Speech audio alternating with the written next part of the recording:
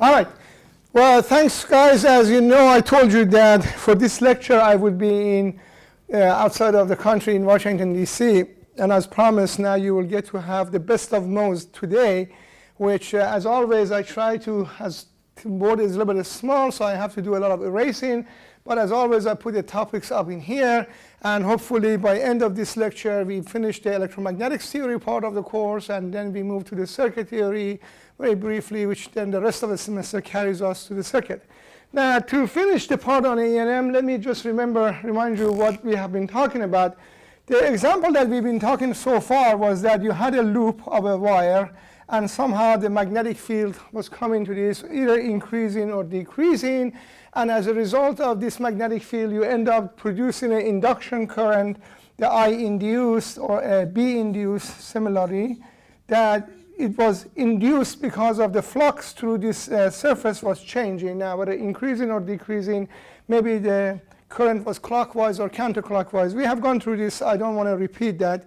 What I want to bring up is now a different scenario in which that I have an inductor of some kind, a solenoid, and this solenoid has some current going through it. For example, this would be the part that is behind the board, and this is a part that is in front of the board, behind the board, or front of the board. At the moment, I'm not so concerned about the direction of a current. What I want to bring out to your attention is that if there is a current I going through this solenoid, let me suppose that I can change this current as a function of a time.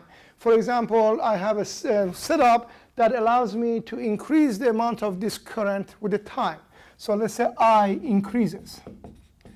Now, if the I increase, I know that magnetic field, for example, for solenoid, is proportional to the current. So as the I increase, the magnetic field is going to increase. And we also know that the flux itself is also proportional to B. So what is happening? The current is increasing, the magnetic field is increasing, the flux through this, any of these loops is also increasing. And what do we know about when the flux changes? Well, we know that when the flux changes, there would be an induced electromotive force. We have seen this law called Faraday law, right? That it says that if there is a number of a turn, and then the flux is changing with respect to the time, there would be an induced electromotive force, and associated with that would be induced current. So as I am changing the current and increasing, the flux going through the coil is increasing, I would expect that there will be an induced electromotive force or induced current or induced magnetic field. But it's a little bit different than a previous situation in here. This is actually self-induced, meaning that there is no other magnetic field coming in or out. This magnetic field that is generated is because of the current itself. The current is going through the loop. So I'm going to distinguish this and call it self-induction. So in this case, I have a self-induction. That's the phenomenon. And of course, associated with that, there would be electromotive force, which would be a self-induced. Self-induced. Now, this is just too much. Keep writing E with a voltage with a subscript, self-induced. So let's assume that we can just use a shorthand notation. Let's call that electromotive force of L. L stands here for inductor.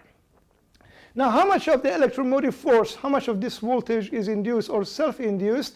Well, it turns out actually the equation that governs this self-induction is exactly the same equation as before, the Faraday law.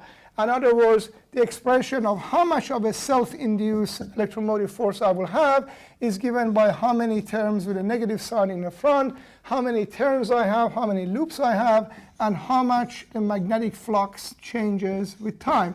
Which, because the n is a constant, I can take it inside of the derivative and say, well, it's the same expression as a derivative with respect to the time, how many loops I have, and how much the magnetic field is changing with respect to the time. And associated with this self-induced electromotive force, there is a self-induced current and a self-induced magnetic field. Now, what does the Lenz's law tell us? Lenz's law tells us that the induced electromotive force, induced current, in this case self-induced, has to oppose the change in flux. Not just the electron, it should not oppose the magnetic field, but oppose the change in the flux. Here, I is increasing. This means that the flux is increasing. So if the flux is increasing, this electromotive force is going to fight this increase. Wants to keep the increase from increasing, and wants to minimize the amount of increase. In other words, it wants to force it to go down. So of course, for that to happen, the electromotive force would be pointing in the opposite direction. The induced current would be pointing in the opposite direction to the original current to fight the change in the flux, which is in this case is increasing. Okay.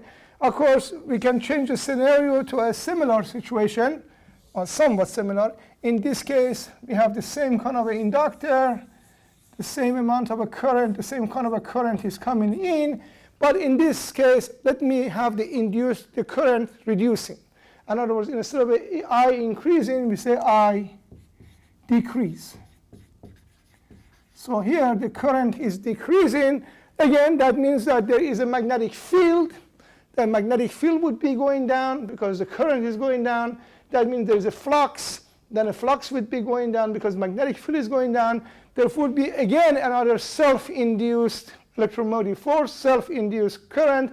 The point, of course, in this here, again, from a Lenz's law, this self-induced electromotive force, this self-induced quantity, in this case, actually will come and help the original current, because in this case, as I just said, the flux, the magnetic flux is decreasing.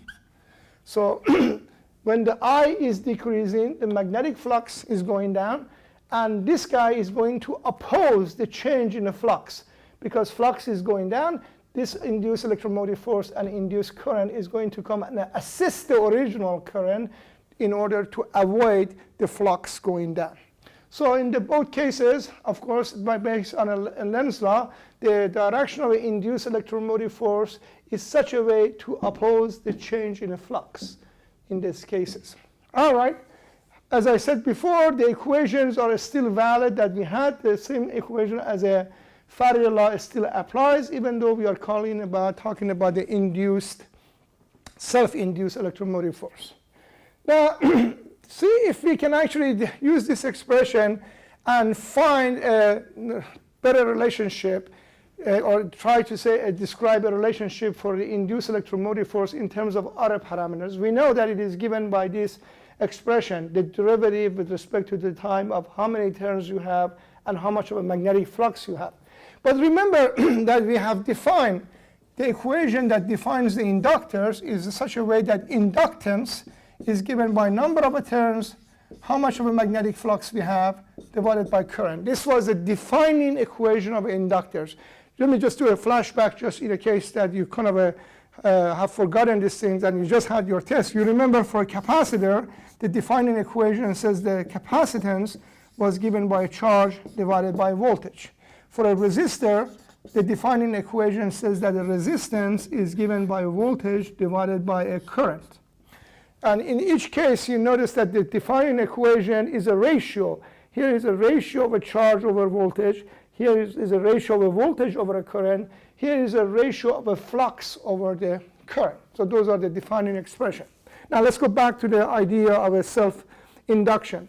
Notice this expression, which I'm going to write it in here. Self-induced L is given by minus the time derivative of a number of a term multiplied by flux.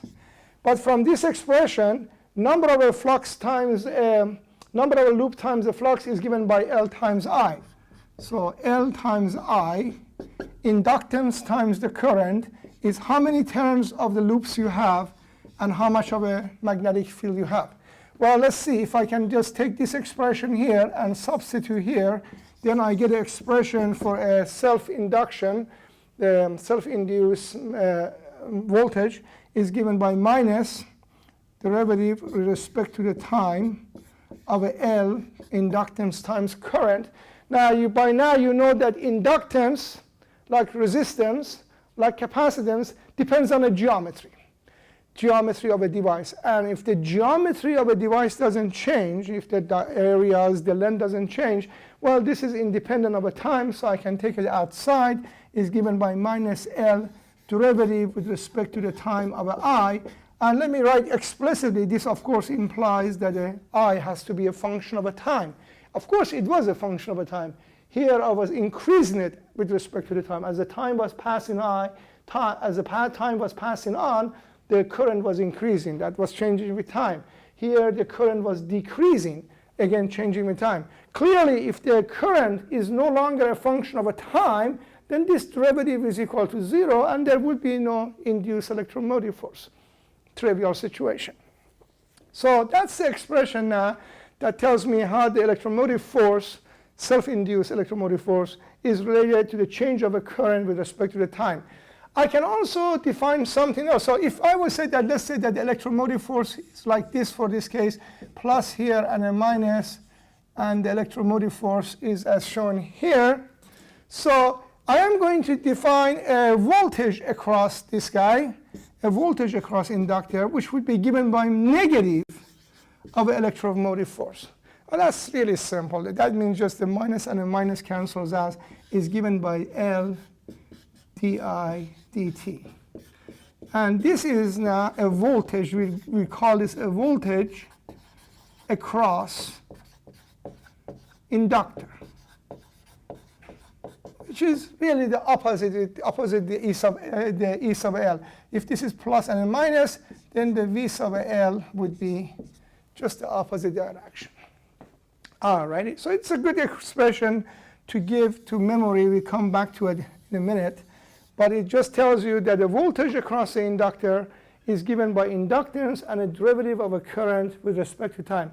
Notice that it's actually something interesting. It says that if you generate a current that changes with the time, suppose you have a function and you want to take its derivative, but you don't exactly know what the derivative of that function is. Well, if you make a current to follow that kind of a function, and then send that current through the inductor, inductor will give you the derivative of that function.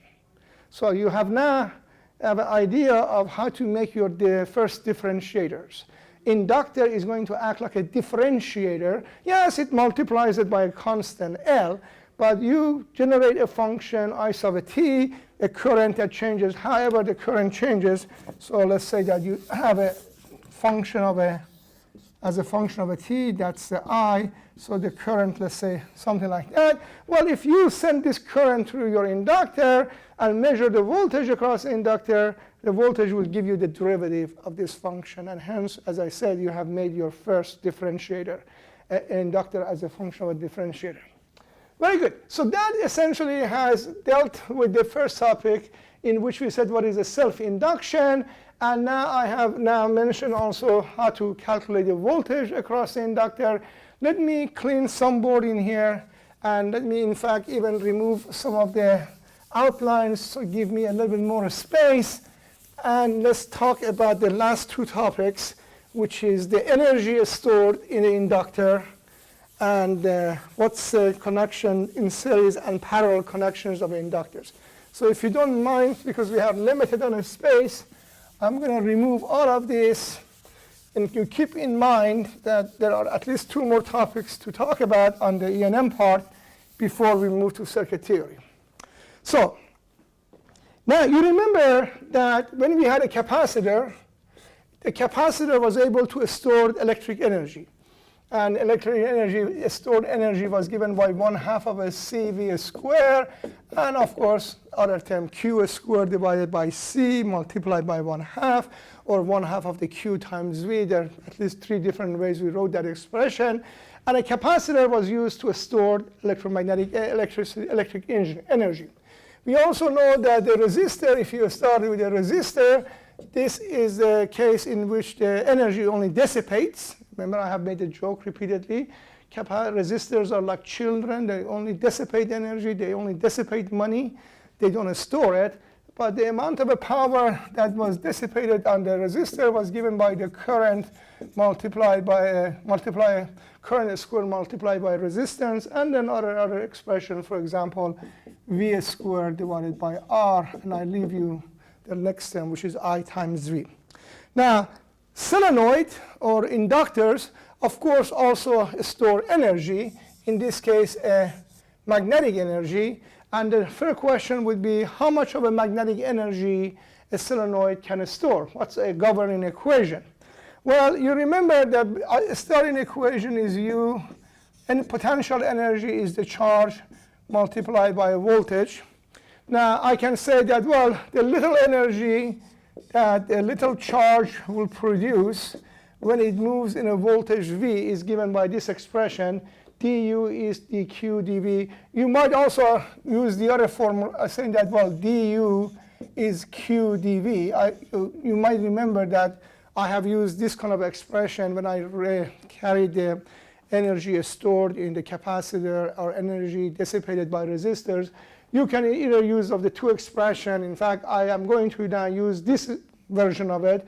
I leave this as a challenge for you to show that if you started from this expression, you get exactly the result that you get from here. I will leave that as an exercise, and I will do it this way. So what this says, it says that suppose I have a charge, little charge dq, that is moved in the potential difference V. Well, that will have associated with the little energy du. Very good. So how does this can help me to calculate the energy stored in the inductor? Well, if I actually remember what a dq is, if I remember the following expression, that the current, by definition, is a rate change of the charge with respect to the time. The current is a derivative of a q with respect to the t. So this, of course, means that the little charge dq is given by I dt. Well, OK, so let me, instead of dq, use that relationship. So little potential energy is given by I dt multiplied by V. So far, OK. Now, I am talking about inductors. So I know there is a relationship between a voltage and a current of inductors. Let me remind myself what that is. V of inductors, or a V in this case, would be given by L di dt. This is what we call a V in this case. V of an inductor is a derivative of a current with respect to the time. So let me replace for a V here this expression, which is the L di dt, derivative of a current with respect to the time. Well, that means that we can cancel out the differential dt. So this says that the little energy, the little potential energy, is given by inductance I di. Now, let me integrate both sides of this expression. This is the integral of a du. L does not depend on a current. L depends on the geometry, so it comes out of the integral I di. Now, what is the integral of a dx? Well, it's just the x, so this means that, let's come to this side of a board. This means that the potential energy is given by L. What is the integral of a x dx? Well, it's x squared divided by 2. So I di is I squared divided by 2. Which, let me write it a little bit better, is 1/2 of the Li squared.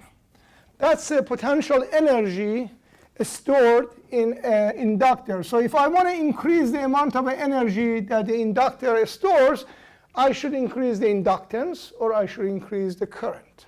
And the relationship is given as such. Now, I told you that I use this expression. I will leave it for you guys to use the other way, using that du is q dv to find out exactly the same.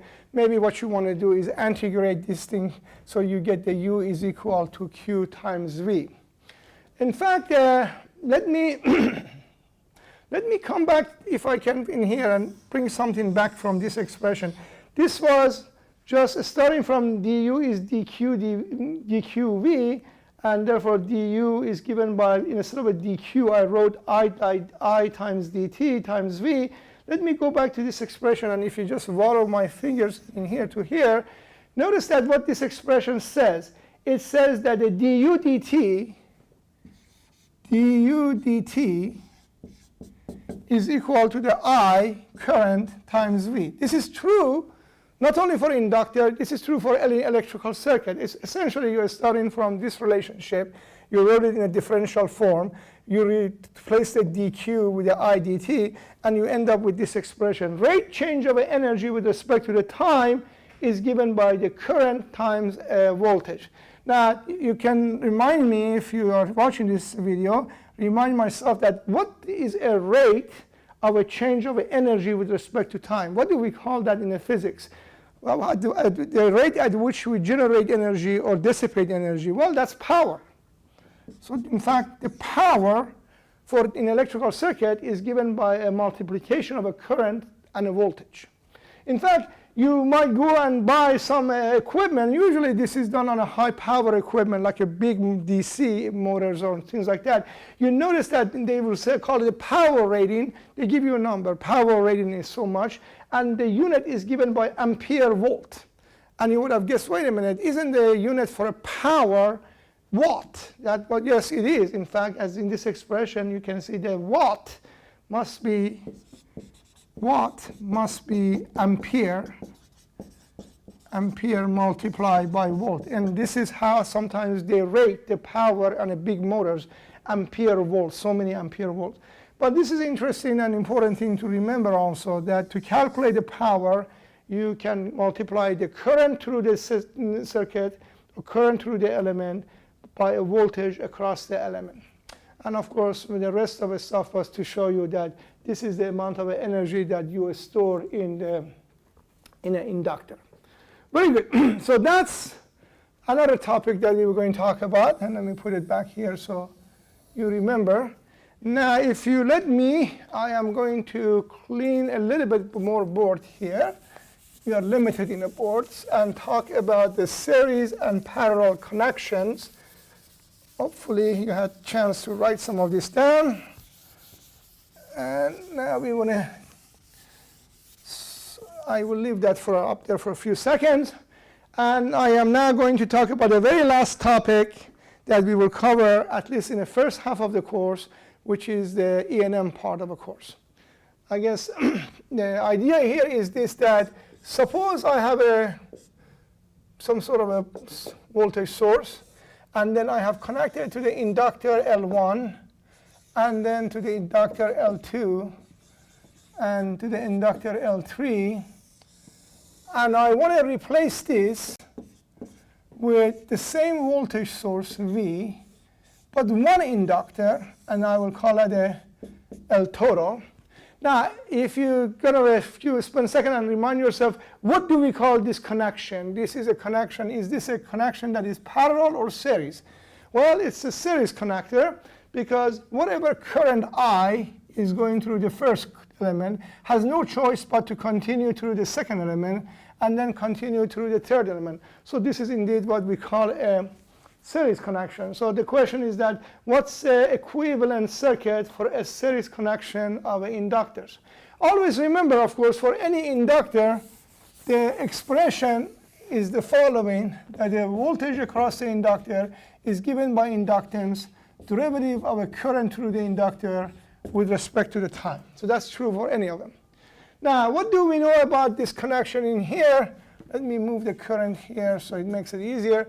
Well, we know that there is a voltage in here, V1. There is a voltage here across this V2. The series connectors have the same current, but they have different amount of a voltage. And we have seen this one before, that as you go around a loop, the algebraic sum of all of those voltages has to be equal to 0.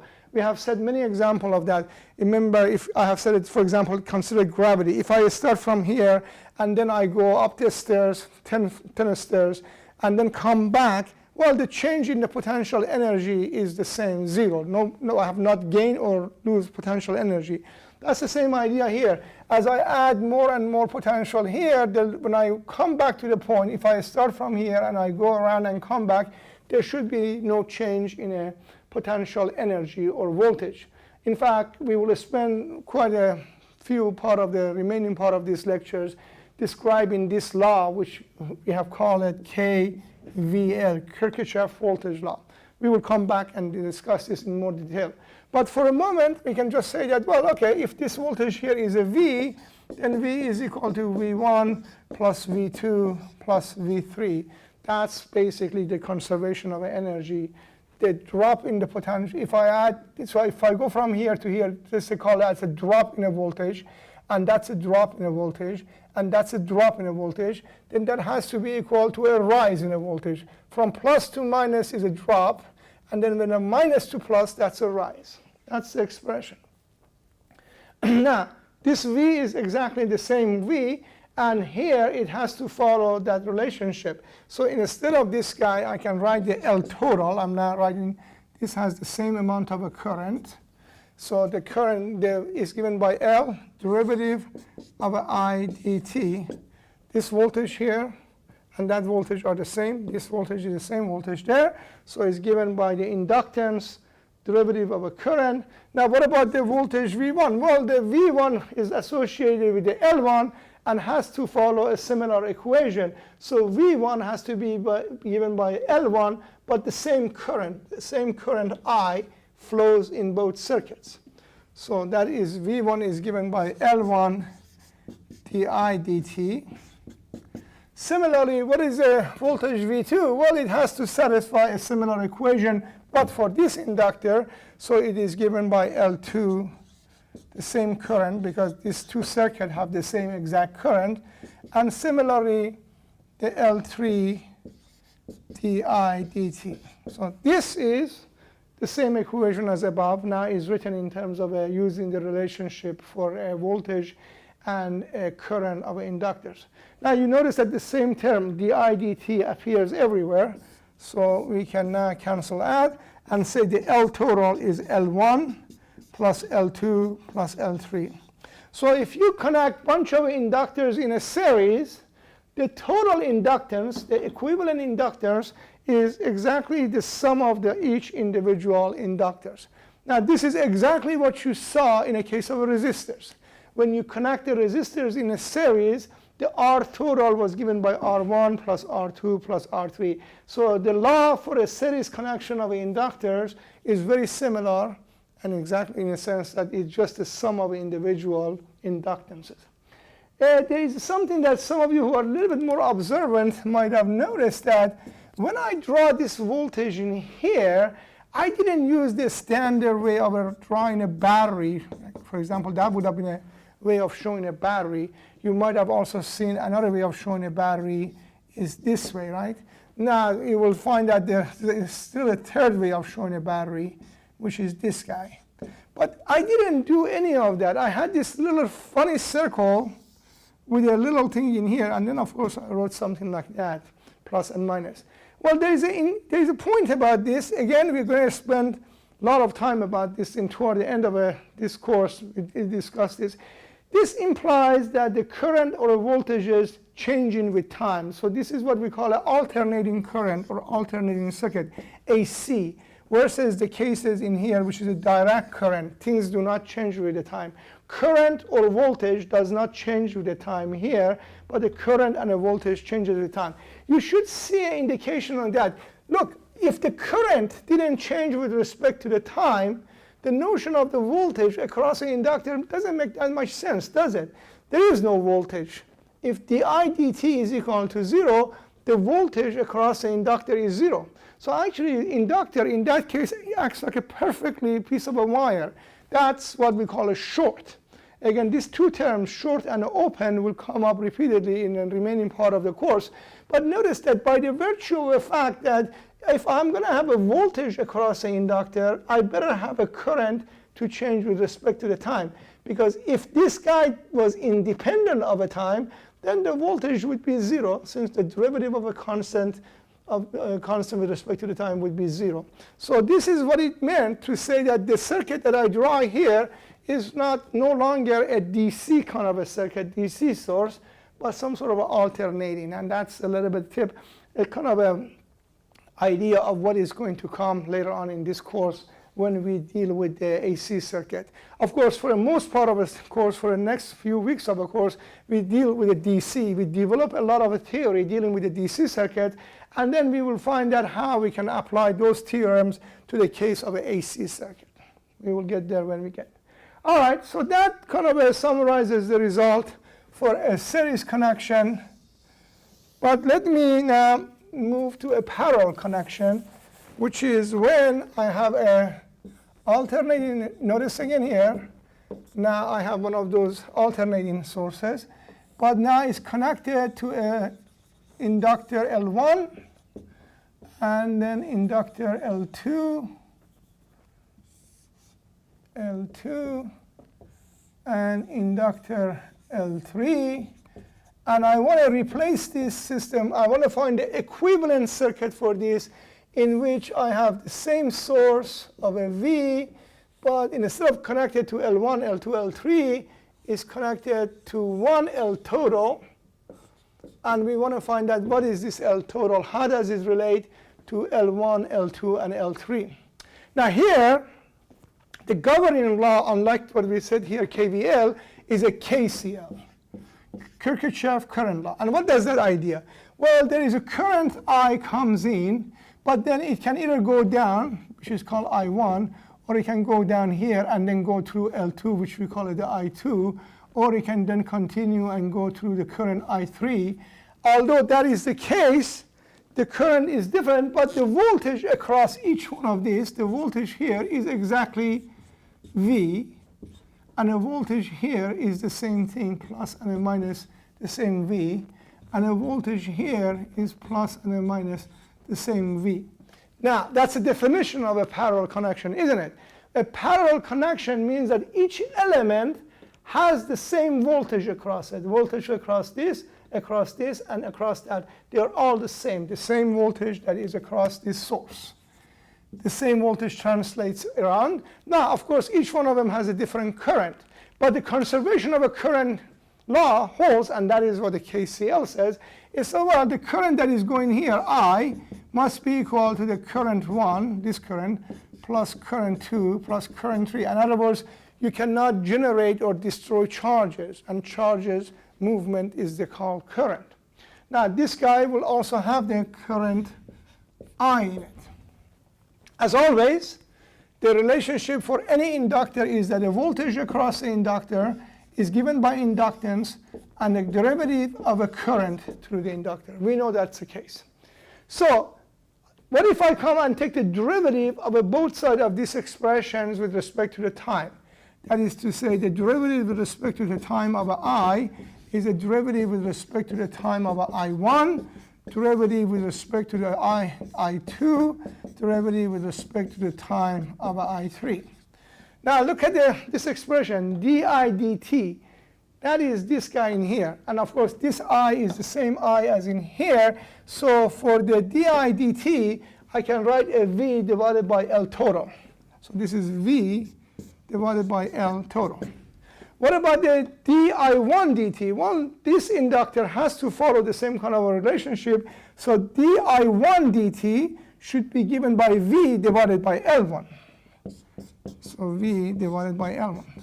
What about this guy? Well, derivative of I2 dt, di2 dt, should be the same V. Each one of them has the same voltage, but divided by L2. And finally, L3. Which means that I can then cancel all of those and find the following expression. 1 over the total inductance is 1 over L1, 1 over L2, 1 over L3.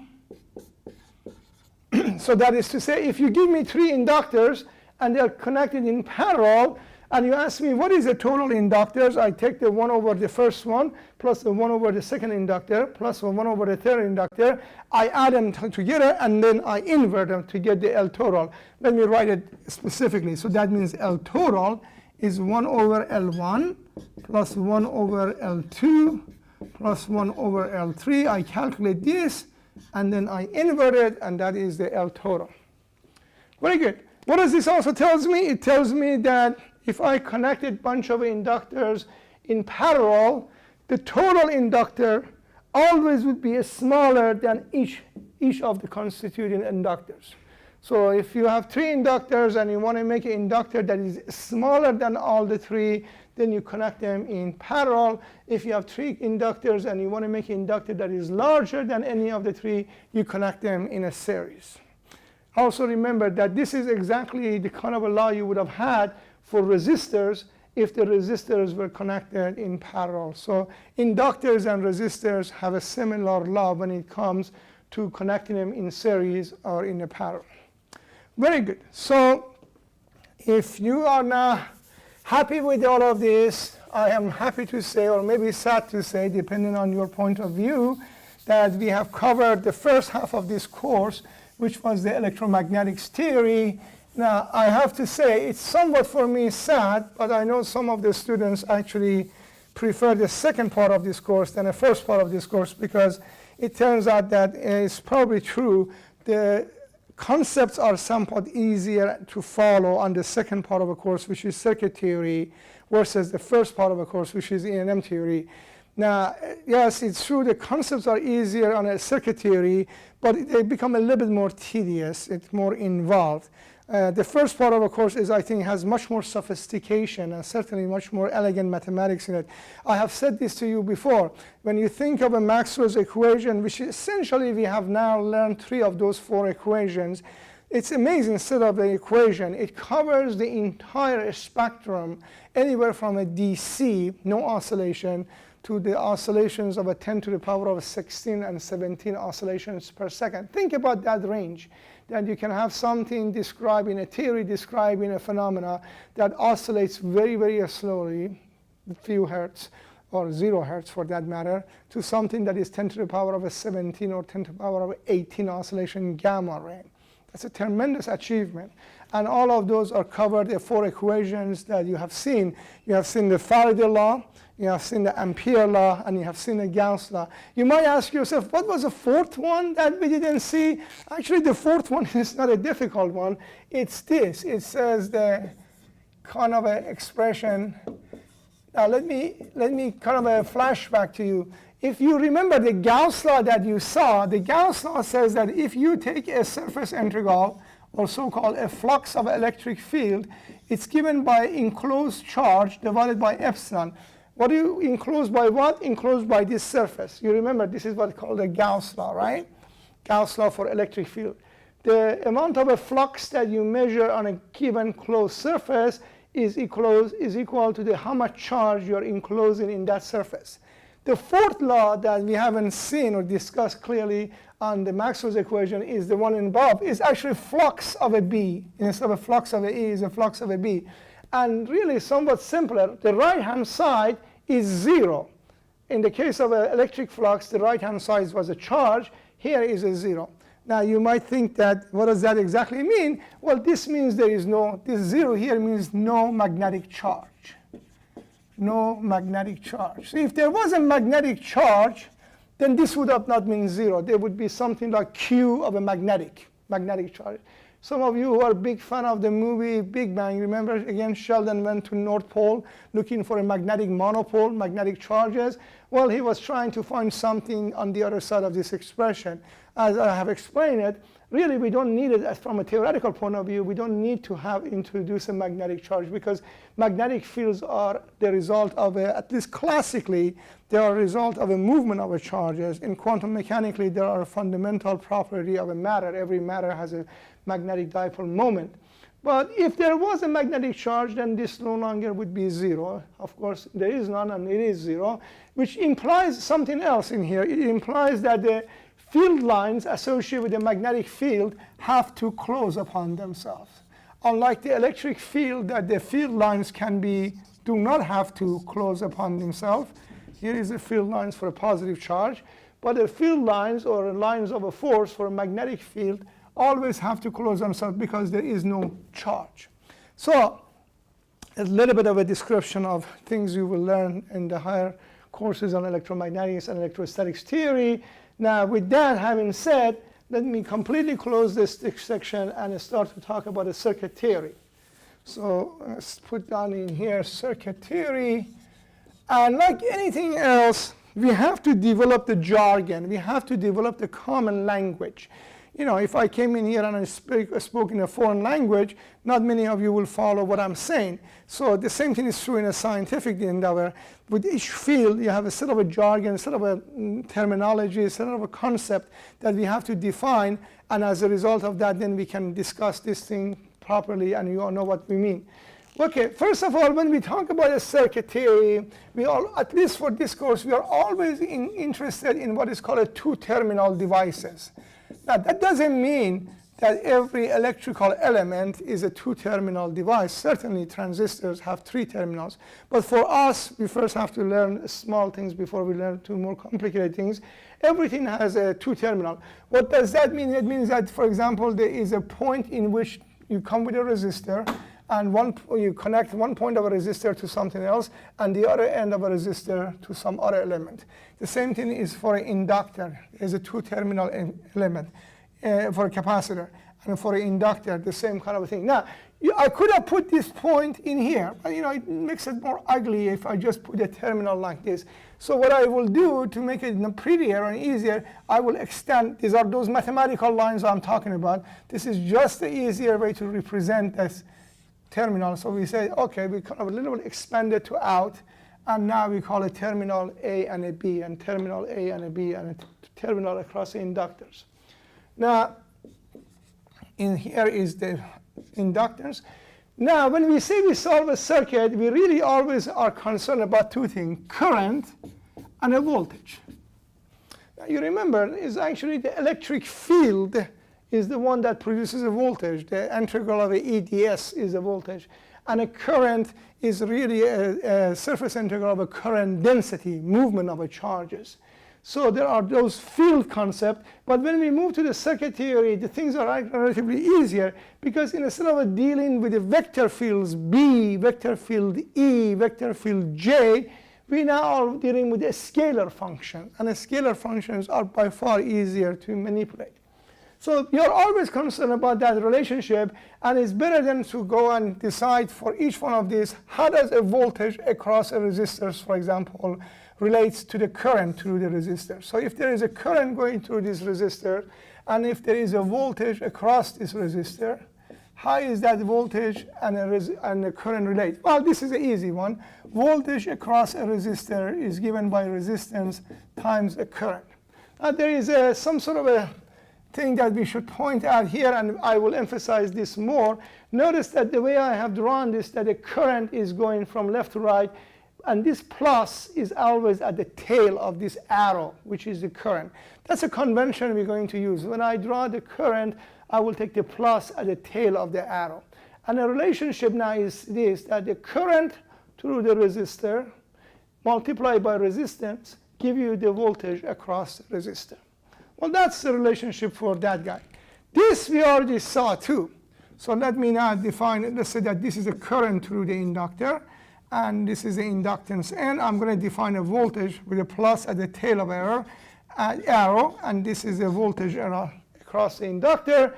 What's the expression? We saw this. We saw this just a few minutes ago. Voltage across the inductor is given by inductance L, derivative of a current with respect to the time. Now, what about a capacitor? Can anybody guess what kind of relationship I will get for if this is a current? Let me make a different color here. So this is a current through the capacitor. Let's say a plus here and a minus there. That's the voltage across the capacitor. And then, of course, I have a capacitor C. How does the voltage across a capacitor relates to a current through the capacitor?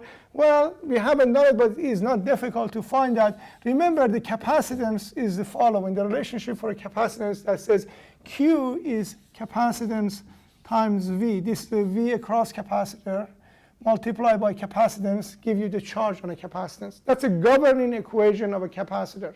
In other words, you could have write C, capacitance is Q divided by V.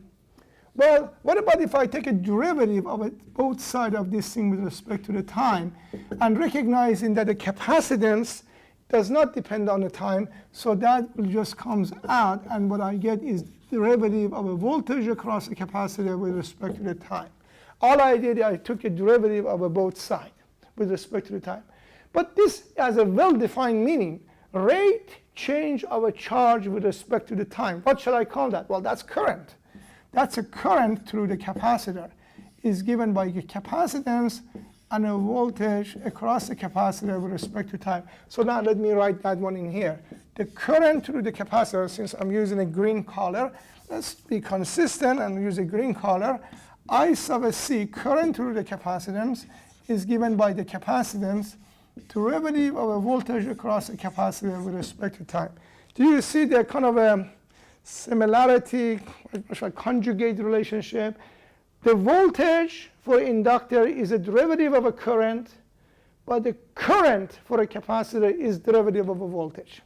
So in other words, if you give me a function of a V sub C, which is a function of a time, and if I put that function that in terms of a voltage across the capacitor, what I will measure as a current is the derivative of that voltage. So I have made a differentiator. In other words, the capacitor differentiates a voltage. Can I say that different way? Capacitor differentiates the voltage, or capacitor integrates the current. That's the other side of this equation. If you integrate the current, then you get the voltage. So capacitor is differentiating the voltage or integrates the current. So now at least I have three devices, three elements, and even though I have derived the expression for a current and voltage for the capacitors and inductors, we put that aside until toward the end of the last three lectures on this course, when we will deal explicitly for the capacitors and inductors, because we need to be able to deal with this time derivative. What we're going to spend in the next few weeks is develop a set of theories, a set of skills that really all works for a resistors. Now the interesting thing is this, that all these theories that develop for a resistance, some of them, for example, we call them mesh analysis, loop analysis, KVL, KCL, superposition, linearity, Thevenin equivalent, all of those theories that we drive, and it's almost all for everything we do is for a resistive circuit, actually quite easily transfer to the circuit with the capacitors and the inductors. But with one caveat. When I'm working here, when I deal with the functions, voltage functions and the currents, these are all functions of a real variables. You remember this set of real variables, this set of real variables which belongs to the set of real numbers 1, 5, minus 5, 0.125. What when we move in here, when we go to the capacitor and inductors, no longer I am dealing with the functions of a real variable, but I have to deal with the function of a complex variables. Now I know some of you, and probably most of you, haven't really had introduction to complex variables yet. You don't need to know tremendous amount of a complex analysis, but you need to know how to deal with the complex numbers. Some of you have already seen things like this. Well, what is the square root of a -1? And you probably have seen people use a letter I, or in electrical engineering, we use the letter J, depending on electrical engineering usually use the I for a current. Now, we have to deal with a situation like this, and to do this, when we come to the capacitor and inductors, I have to introduce the complex variables. And we do that. In a lecture or two, I will talk to you about how to calculate complex numbers and complex variables.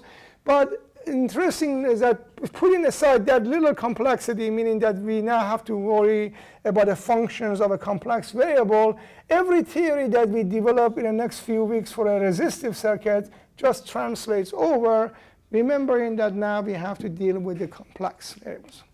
All right, so that's a little bit putting it aside. And I think what I want to do is now basically stop talking about it. In the next lecture, when we come back from the break, we will going to talk about a little bit more about polarities, about direction of a current in a circuit, polarities of a voltage, the convention about the voltage, how do we call a voltage positive and negative, and then we also have talked about the convention on a power, positive and negative.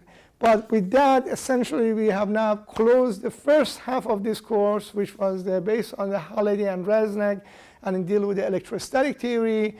Next, starting from the break on, we will then move to the circuit theory, which hopefully is actually, you will enjoy it as much as we have enjoyed it, the electromagnetic parts, and we will see how things work. Anyway, have a very nice break, and thank you very much, and have a good day.